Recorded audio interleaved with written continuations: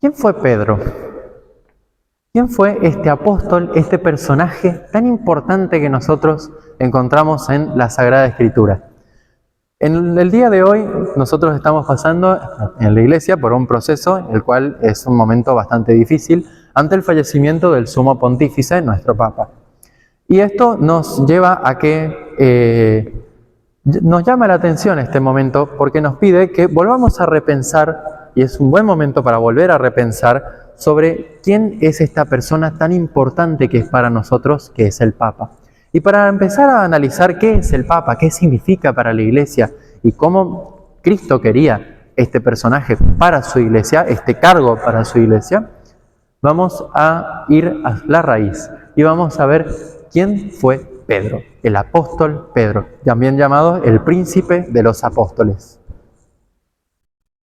Pedro, ante todo, era un israelita, un hebreo, un judío, un miembro del pueblo de Dios que venía desde una tradición larguísima, desde el monte Sinaí, consagrado como pueblo de Dios a través de la ley dada a través de Moisés, la ley de Dios dada a través de Moisés. Esa ley llega al pueblo de Dios y sabemos que Pedro era parte de este pueblo de Dios, se sentía miembro de ese pueblo de Dios. Era uno más con los que Dios tenía un pacto. Y ese pacto consistía en que tarde o temprano llegaría el Mesías. Y era, como sabemos, un judío. Un judío que vivía, sabemos, ¿no?, lo que significaba el templo de Jerusalén, vivía de los sacrificios al templo de Jerusalén, vivía de la oración como la tenía el pueblo judío, vivía de la espera de lo ansiado prometido por los profetas, por lo prometido por Moisés, por lo prometido por Dios. Él era un judío que vivía su vida en espera, uno del pueblo de Israel. Y sabemos que era un pescador. Ante todo era un pescador pobre además. Se nos cuenta en el Evangelio de Mateo, por ejemplo, incluso que él a la hora de estar pescando, pescaba desde la costa con una red. Eso lo usa Mateo para mostrarnos que era de la clase social más baja, haciéndolo en contraste, por ejemplo, a Santiago y Juan, los cuales tenían a su papá varios barcos y jornaleros, además tenían empleados, tenían, como diríamos, una empresa. Pedro, por su parte, era un pescador y era un pescador pobre. Y Pedro fue un hombre que creyó y un hombre que escuchó. Un hombre que escuchó al Maestro y un hombre que creyó en el Maestro. La forma en la que Pedro conoce a Jesús es muy interesante. Su hermano, el apóstol Andrés, otro personaje muy interesante de la Biblia, aparece pocas veces en la Sagrada Escritura, aparece 3 veces. Y en las 3 veces Andrés hace lo mismo. Agarra a alguien y se lo presenta a Jesús. 3 veces hace Andrés eso y son las 3 veces que aparece. Y la primera persona que Andrés presenta a Jesús es su propio hermano. Andrés y Juan, estos dos apóstoles, sabemos Juan el evangelista que escribió el Evangelio, y Andrés, hermano de Pedro, fueron discípulos de Juan el Bautista originalmente. Siendo discípulos de Juan el Bautista, un día Juan el Bautista lo ve pasar a Jesús y les dice: «He ahí el Cordero de Dios que quita el pecado del mundo». Entonces Andrés y Juan lo siguen a Jesús. Lo conocen, Jesús se da vuelta y les pregunta qué buscan. Ellos le dicen: «¿Dónde vives?». Y bueno, Jesús los lleva a su casa, charlan toda la noche y Andrés, al día siguiente, lo primero que hace es salir corriendo a contarle a su hermano Pedro: «Hemos encontrado al Mesías».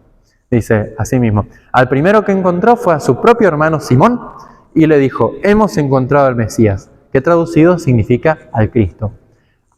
Andrés se le fue, ya sabemos un poco por la forma de ser de Andrés, cómo habrá vivido con el Juan el Bautista, sabemos un poco cómo era la actitud de Juan el Bautista, que era un ferviente religioso, Andrés. Y lo primero que hace es ir a contarle a su hermano de que encontraron al Mesías, esa buena noticia, llegó el Mesías, lo que estábamos esperando, llegó. Y sin embargo, nos encontramos con que Pedro no va en búsqueda del Mesías. Pedro no le da mucho artículo a su hermano. Quizá no le haya creído, quizá no se sentía digno de conocerse al Mesías, o quizá pensó que no era problema suyo. simple y llanamente. Porque lo que sigue haciendo Pedro al día siguiente es lo que venía haciendo a lo largo de toda su vida, y es que se fue a pescar. Pedro estaba pescando. Y vemos en este momento que Jesús lo va a buscar a Pedro. Y esto es muy interesante, porque está narrado en el Evangelio de Lucas, está expuesto de una forma muy inteligente, que es que, recordemos, su nombre es Simón, el nombre que le dio su mamá es Simón, que le dio su papá en realidad. Estaba Pedro pescando, y pescando toda la noche no sacó nada. Una vez pasada la noche se encontró con Jesús, el cual usó la barca de Pedro para dar un sermón. Al terminar de dar su sermón, al terminar Jesús de dar la homilía, le dice a Pedro: ahora anda, mar adentro, y echa las redes. Pedro no le cree. Pedro primero le dice: nosotros pescamos toda la noche, yo soy pescador, me vas a venir a contar a mí lo que no tengo que hacer con mi barco, con mis redes, con mi trabajo. Entonces, pero Jesús le dice: anda a mar adentro y echa las redes. Y Pedro nota algo diferente en esto. Pedro, no sabemos bien por qué, en este momento obedece a Jesús. Y es que Pedro tiene una particularidad que vamos a ir viendo más adelante, que es que tiene la capacidad de darse cuenta de las cosas. Él puede darse cuenta, como un buen pescador. Un buen pescador tira la lineada a la hora de pescar, y cuando está viendo, tiene que saber sentir cuando el pique del pescado es como para estirar y sacar el pez. Es alguien que se tiene que saber dar cuenta, tiene que ver cuando el mar está adecuado para pescar, cuando el clima es el indicado, la hora, o tiene que saber cuándo tirar las redes, cuándo no, cuándo pescar, cuándo soquear la caña de pescar. Tiene que ser alguien que se da cuenta. Y en este momento vemos por primera vez esa cualidad de Pedro. De algo se dio cuenta en Jesús. Y va y echa las redes. Entonces, ¿qué pasa? Como cuenta el relato, así lo hicieron y sacaron tal cantidad de peces que las redes estaban a punto de romperse. Entonces hicieron señas a los compañeros de la otra barca para que les fueran a ayudar. Muy probablemente a Juan y Santiago, que eran también pescadores. Ellos acudieron y llenaron tanto las dos barcas que casi se hundían. Y entonces Pedro, viendo: este es el tipo que mi hermano Andrés me dijo que era el Mesías, este es de quien mi hermano estaba hablando, nos manifiesta en su actitud qué es lo que pensó cuando Andrés les dijo que encontró al Mesías. Porque Pedro, y aquí es el primer momento en el que San Lucas en su Evangelio lo llama Pedro, hasta entonces es Simón, Simón, Simón, Simón. Y este es el primer punto en el cual Simón Pedro pasa a comenzar a ser quien es Pedro. Cae de rodillas, se echa a los pies de Jesús y le dice: aléjate de mí, Señor, porque soy un pecador. No sabemos mucho de la vida de Pedro antes de este momento. No sabemos nada. Sabemos simplemente que era del pueblo de Israel. No sabemos cuánto cumplía la ley. No sabemos qué tan en regla tenía todos los papeles de lo que hacía. No sabemos nada. Pero sabemos que lo primero que tuvo en su actitud fue que su hermano le contó que encontró al Mesías y él se sintió indigno. Él se sintió un pecador. Si el Mesías llegaba a la tierra, no se iba a relacionar con gente como él. Esto era para otro tipo de persona. Eso es lo que pensaba Pedro. El temor se había apoderado de él y de los que lo acompañaban por la cantidad de peces que habían recogido. Y lo mismo les pasaba a Santiago y a Juan, hijos de Zebedeo, compañeros de Simón. Pero Jesús dijo a Simón: no temas, de ahora en adelante serás pescador de hombres.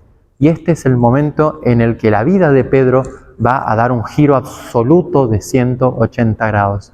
El punto fundamental en el que Jesús le dice el gran sígueme. El sígueme de Jesús transforma totalmente la vida de Pedro. No sabemos cómo habrá sido la vida anterior de Pedro, pero a partir de ese punto, bien, sintiéndose él indigno de ese llamado, ha llegado el Mesías. Viene el Mesías en persona, el ungido de Dios, el que estuvo esperando al pueblo de Israel. Viene y le dice a él: sígueme.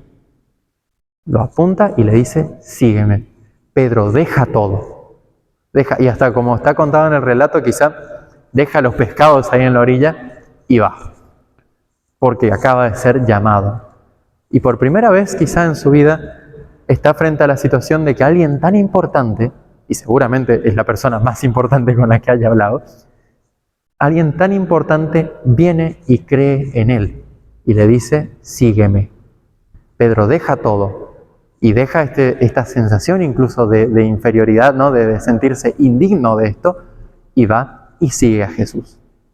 Y Jesús lo lleva a convertirlo en pescador de hombres. Fíjense, a Pedro Jesús no lo transforma en algo que no es, sino que eso que Pedro es, esa persona que él es, tal como es, lo va a usar, lo va a transformar en que siga siendo lo que es, pero para el reino de Dios. Ya no para cualquier fin otro que tenga, sino que ahora, ¿quién es Pedro? Va a ser transformado para el reino de los cielos. Y no va a dejar de ser pescador. Pedro va a seguir siendo un pescador toda su vida. Sin embargo, ahora es un pescador de hombres. Ahora un pescador para el reino, un pescador de Dios. Y es así que tiene su vida de seguimiento. Comienza a seguir a Cristo, a seguir a este Mesías que creyó en él y que lo llamó, además. Y siendo llamado, él tiene en claro una cosa que a su vez él mismo les va a recordar a otros cristianos en otros momentos de su vida. Pedro sabía bien claro que he sido llamado y debo responder ante este llamado.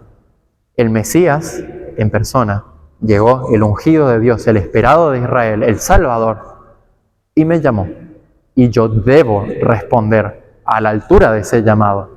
Y eso, incluso esa actitud que tiene Pedro, que es tan fuerte, de decir, yo tengo que estar a la altura de las circunstancias que se me presentan, lo manifiesta incluso en sus cartas. Miren, un Pedro ya maduro, ya bastante anciano, dice, como hijos obedientes, no procedan de acuerdo con los malos deseos que tenían antes, mientras vivían en la ignorancia, la vida pasada.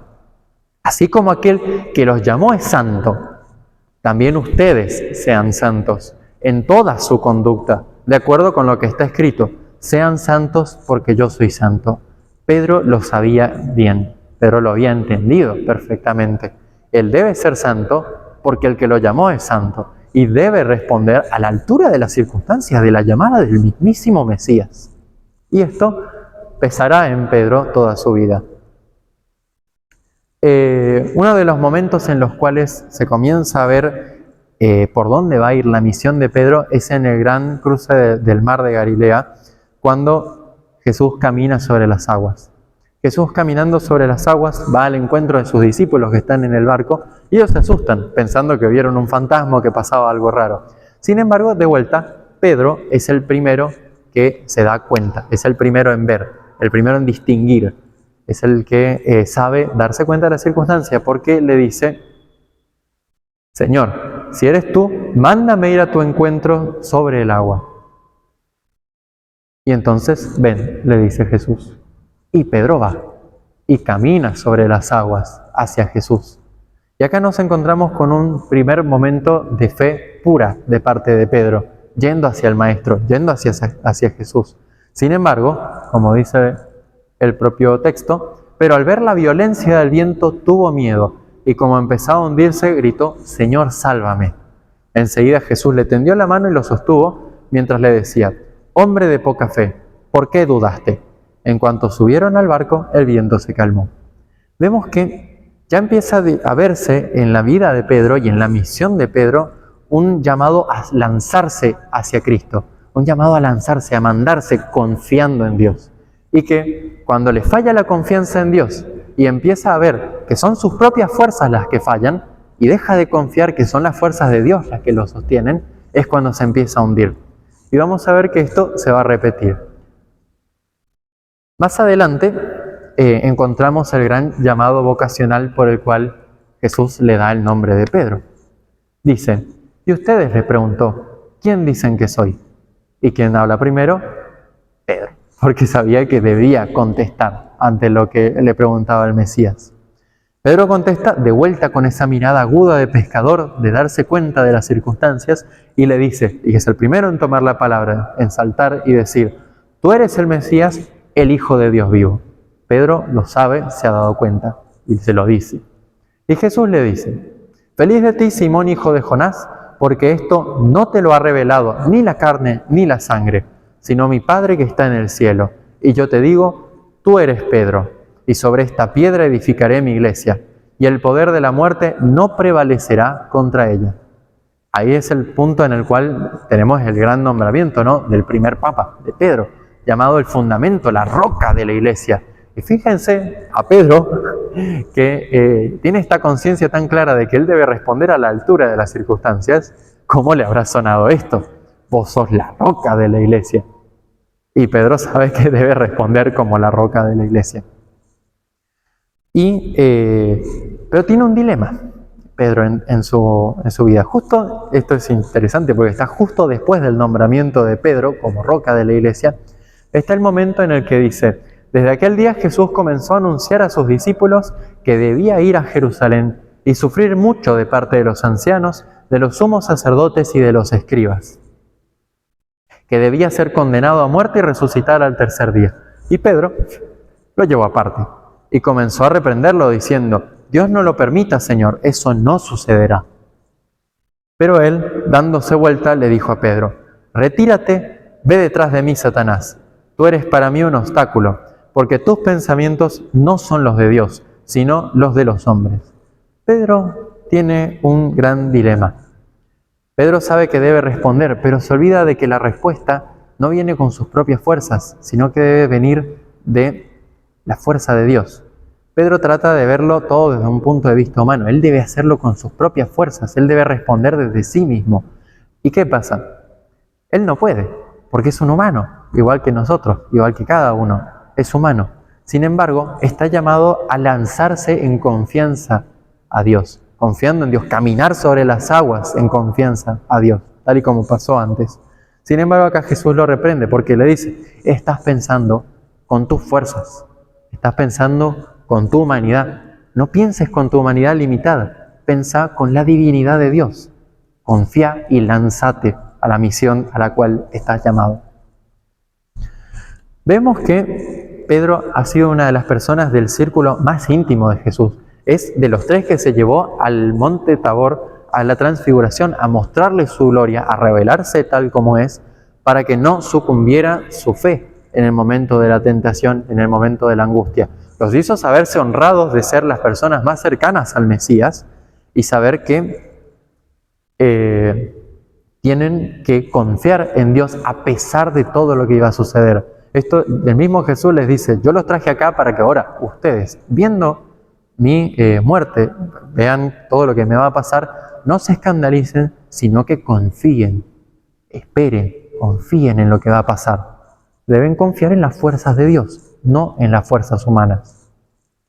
Otro ejemplo claro sobre, por ejemplo, la providencia que Jesús le muestra a Pedro es el momento en el cual llegó la época de pagar impuestos. Llegada la época de pagar impuestos, los cobradores del templo se acercaron a Pedro y le preguntaron: ¿el maestro de ustedes no paga el impuesto? Sí, lo paga, respondió. Cuando Pedro llegó a la casa, Jesús se adelantó a preguntarle: ¿qué te parece, Simón? ¿De quiénes perciben los impuestos y las tasas los reyes de la tierra? ¿De sus hijos o de los extraños?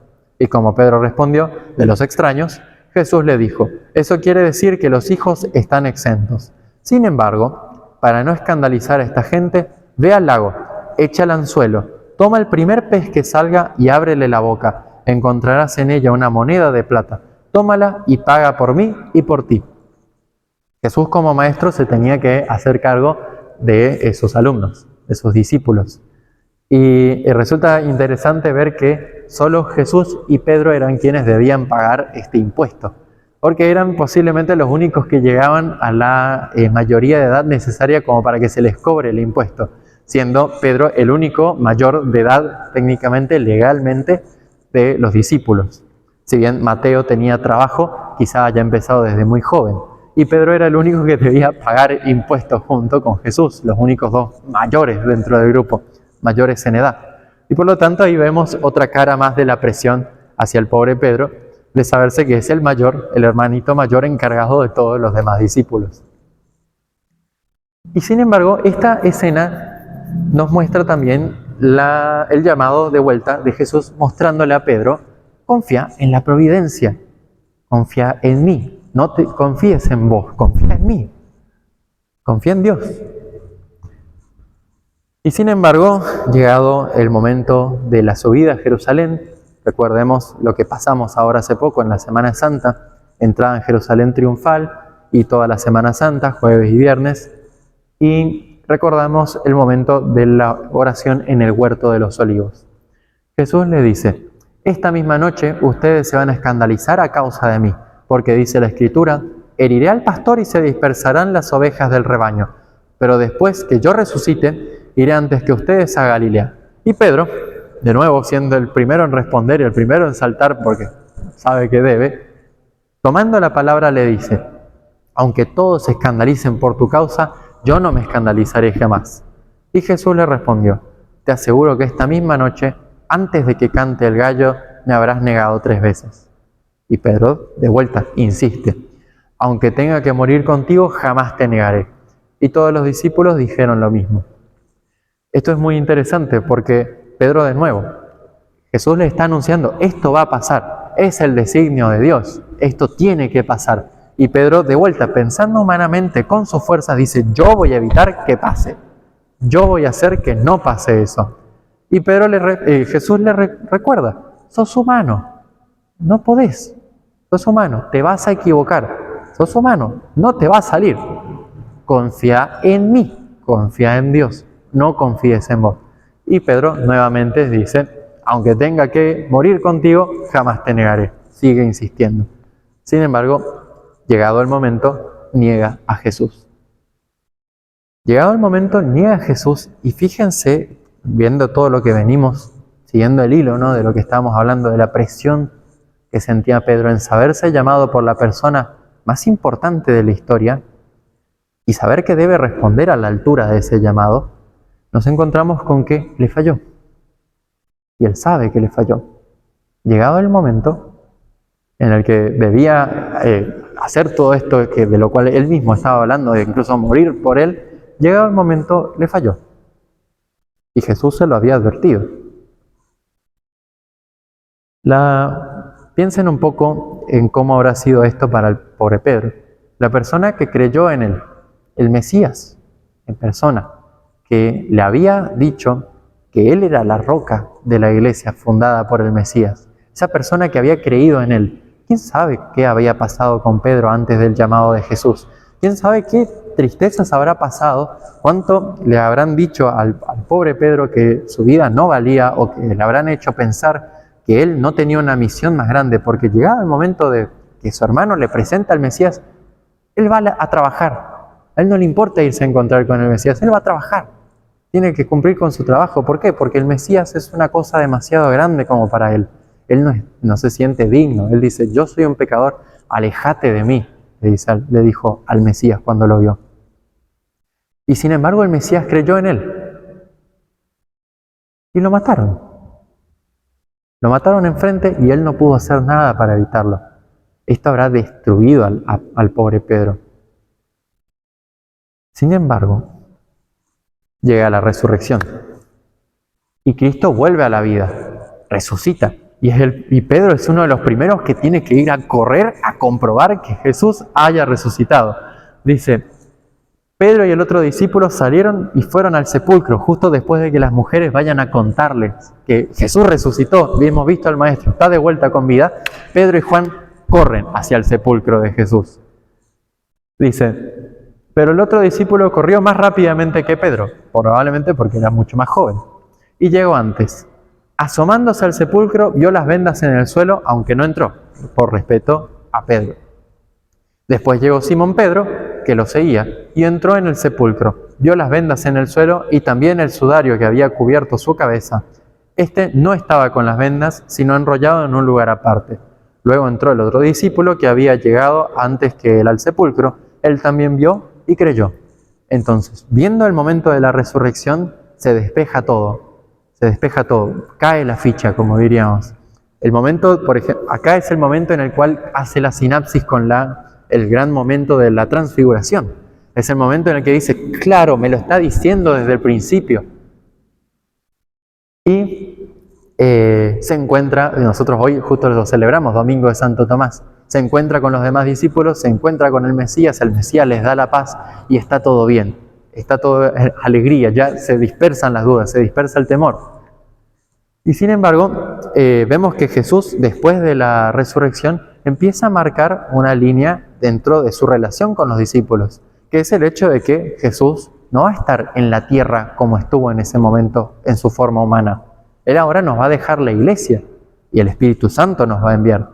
Él va a estar presente de otras formas. Entonces Jesús empieza a marcar una cierta distancia y una cierta modo de relacionarse un poco diferente con los discípulos. Y llega uno de mis momentos favoritos de la Sagrada Escritura, el segundo milagro de la pesca. Los discípulos, un poco perdidos, se acuerdan de lo que les dice Jesús: vuelvan a Galilea. Vuelvan a Galilea y allí me van a encontrar. Ellos vuelven a Galilea. Esto es un hermoso símbolo de volver al punto del llamado, volver al punto de inicio. Siempre cuando nosotros vemos, por ejemplo, en la Sagrada Escritura, al pueblo de Israel todo el tiempo le están diciendo: acordate cuando estabas en Egipto que yo te saqué para que seas libre.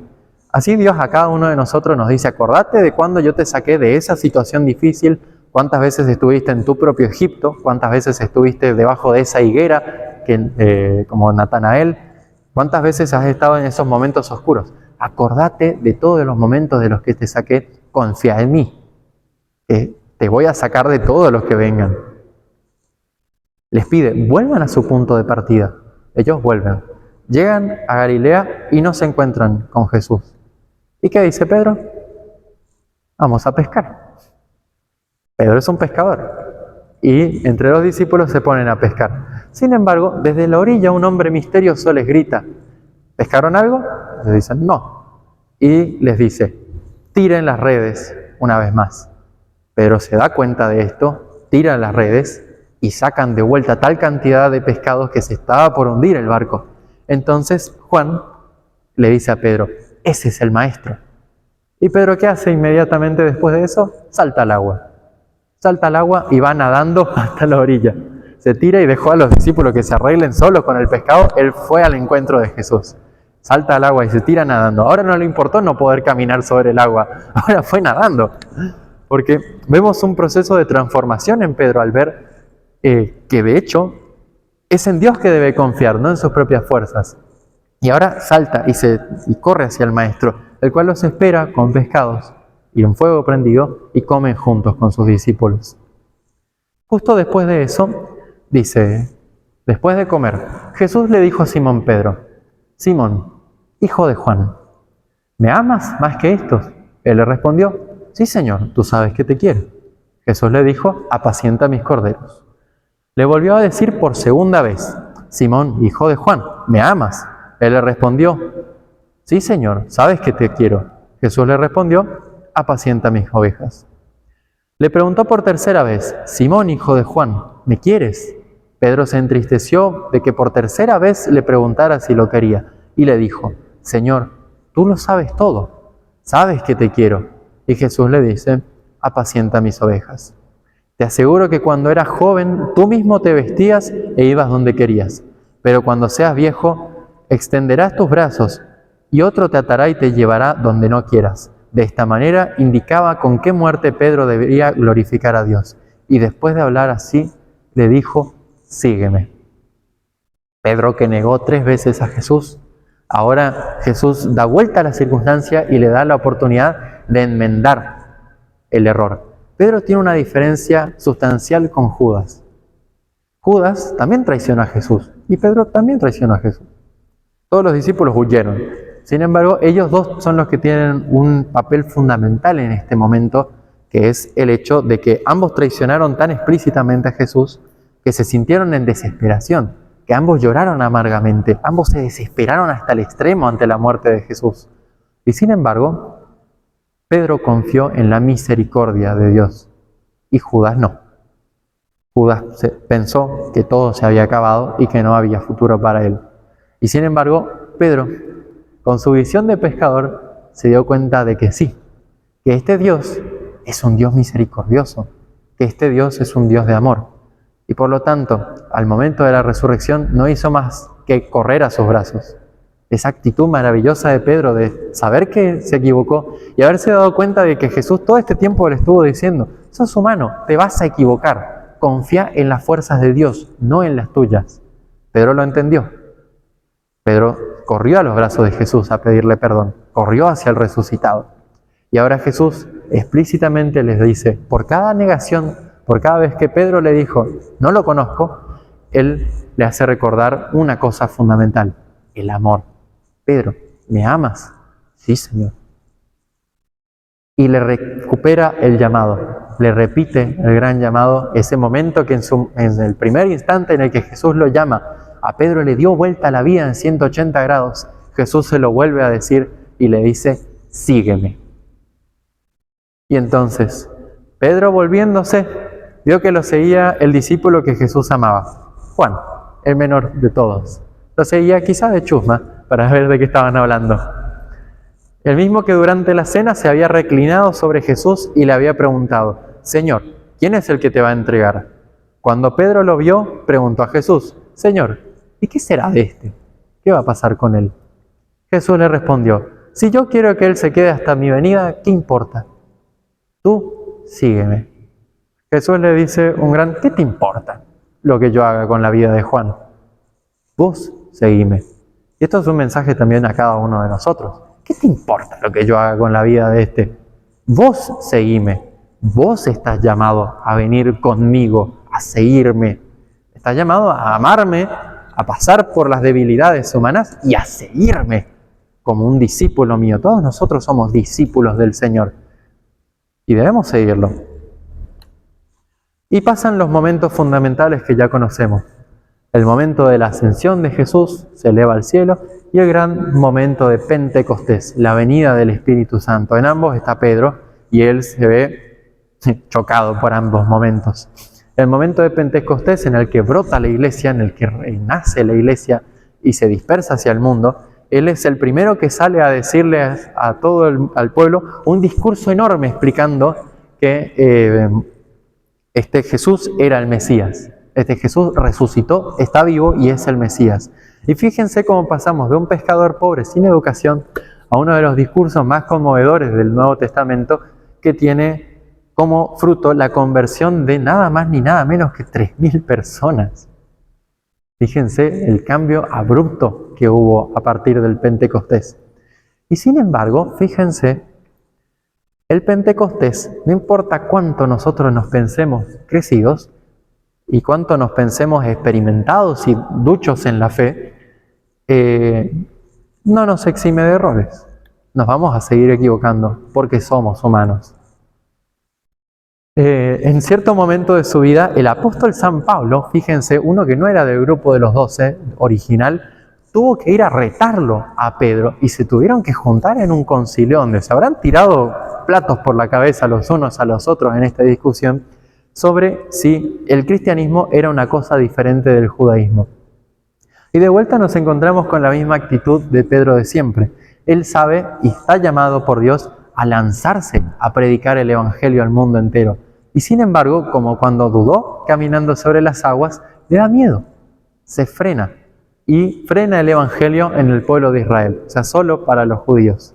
Y que si vienen los cristianos, si vienen los paganos, que tienen que hacerse judíos primero, le cuesta largar esa tradición, le cuesta lanzarse en confianza a Dios.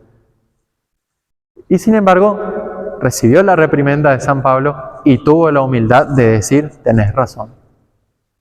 Siendo la cabeza de la iglesia, fíjense, el príncipe de los apóstoles.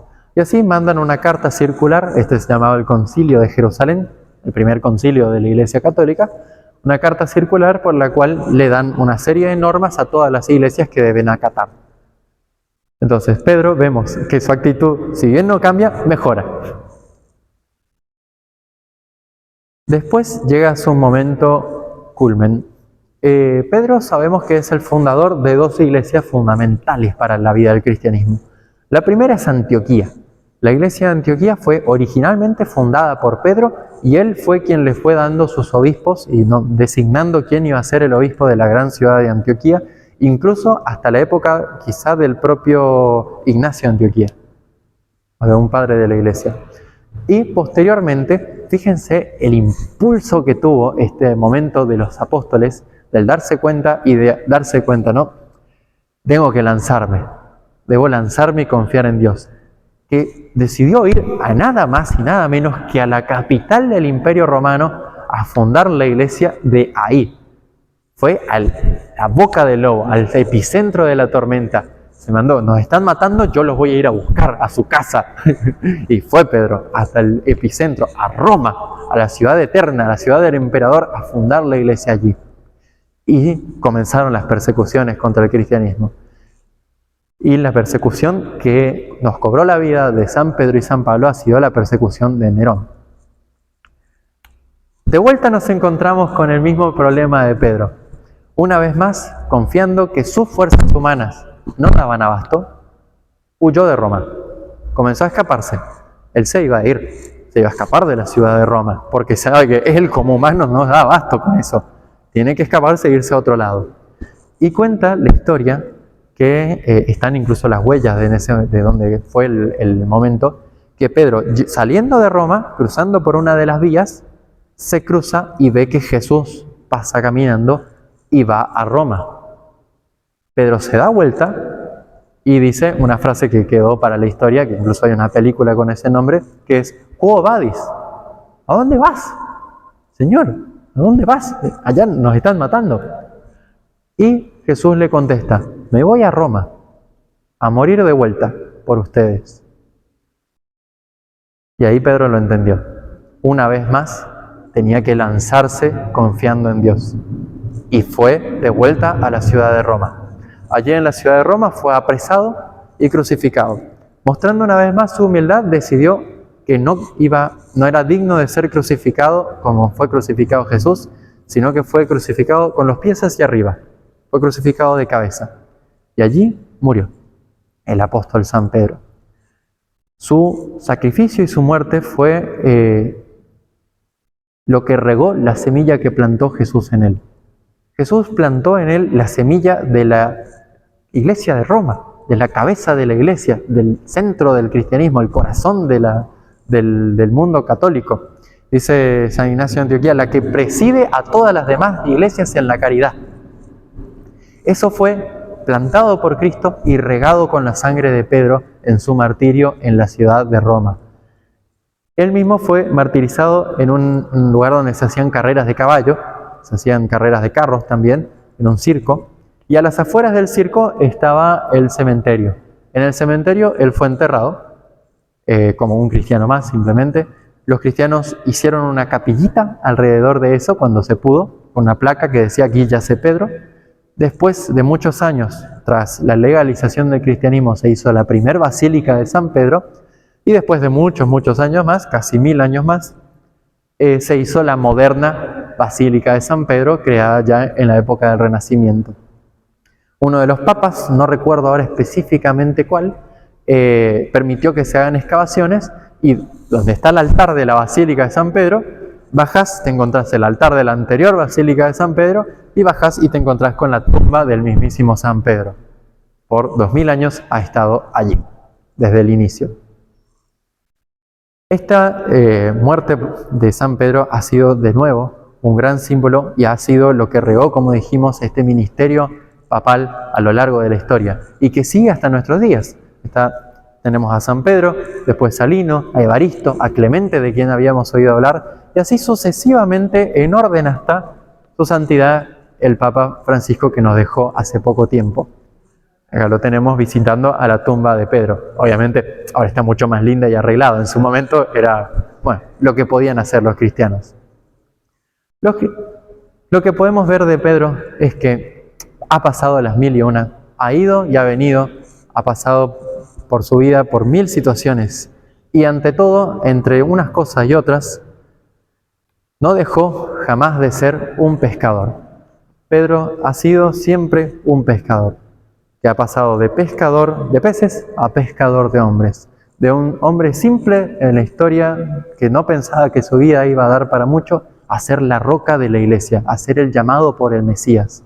Su vida se vio transformada de 1000 maneras y sin embargo Jesús jamás le pidió que deje de ser quien es. jamás le pidió que deje de ser quien es. Le ha dicho que pasaría de pescador a pescador de hombres. Y así a cada uno de nosotros. Hacia cada uno de nosotros. Jesús jamás nos dice, Dios jamás nos va a decir, deja de ser quien sos, sino que nos va a decir, eso que sos, ponelo al servicio del reino, ponelo al servicio del prójimo, ponelo a mi servicio. Trabajemos juntos y no confíes en tus fuerzas, confía en las mías, confía en las fuerzas de Dios. Entonces, de Pedro vemos muchas cosas. Es el primer papa, es la roca de la iglesia.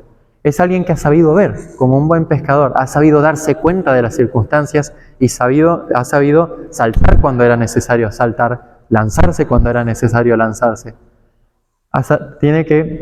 Fue una persona que ha sabido confiar. En momentos de dificultad ha tenido sus fallos. Todos nosotros tenemos nuestros fallos. Sin embargo, ha aprendido a confiar y ha sabido arrepentirse cuando ha sido necesario. Pedro ha sabido confiar. Y todos nosotros sabemos que debemos saber confiar en Dios, debemos aprender a confiar en Él. Debemos saber arrepentirnos, debemos saber lanzarnos confiando en la voluntad de Dios, en la fuerza de Dios. Y debemos saber ver, debemos aprender de Él esa visión tan aguda de darse cuenta de lo que está pasando, de darse cuenta quién tiene en adelante, de darse cuenta quién es Jesús para nosotros.